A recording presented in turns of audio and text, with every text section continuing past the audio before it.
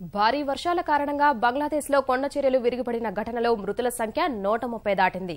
అనేక మంది ఆచూకీ ఇప్పటికీ తెలియకపోగా శిథిలాల కింద ఎవరైనా సజీవంగా ఉండొచ్చన్న ఆశతో అధికారులు ముమ్మరంగా సహాయ చర్యలు కొనసాగిస్తున్నారు. బంగ్లాదేశ్ విషాదంపై దిగ్భ్రాంతి వ్యక్తం చేసిన ప్రధాని నరేంద్ర మోదీ పొరుగు దేశానికి అవసరమైన సాయం చేసేందుకు సిద్దమని ప్రకటించారు. బంగ్లాదేశ్లో వరుణుడు పెను బీభత్సం సృష్టించగా భారీగా ప్రాణనష్టం సంభవించింది. వేర్వేరు చోట్ల కుండపోత వర్షాల నేపథ్యంలో కొండచర్యలు విరిగిపడడం, గోడలు కూలడం, విద్యుదాఘాతం, వరదలో మునిగిపోవడం వంటి దుర్ఘటనలు జరిగి అనేక మంది ప్రాణాలు కోల్పోయారు. 100 మందికి పైగా గాయపడ్డారు. భారత సరిహద్దుకు సమీపంలో ఉండే రంగమతి జిల్లాలో పరిస్థితి తీవ్రంగా ఉంది.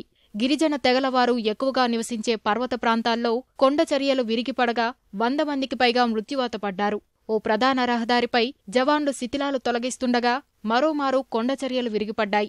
ఫలితంగా 4 భద్రతా సిబ్బంది మరణించగా మరొకరు గల్లంతయ్యారు.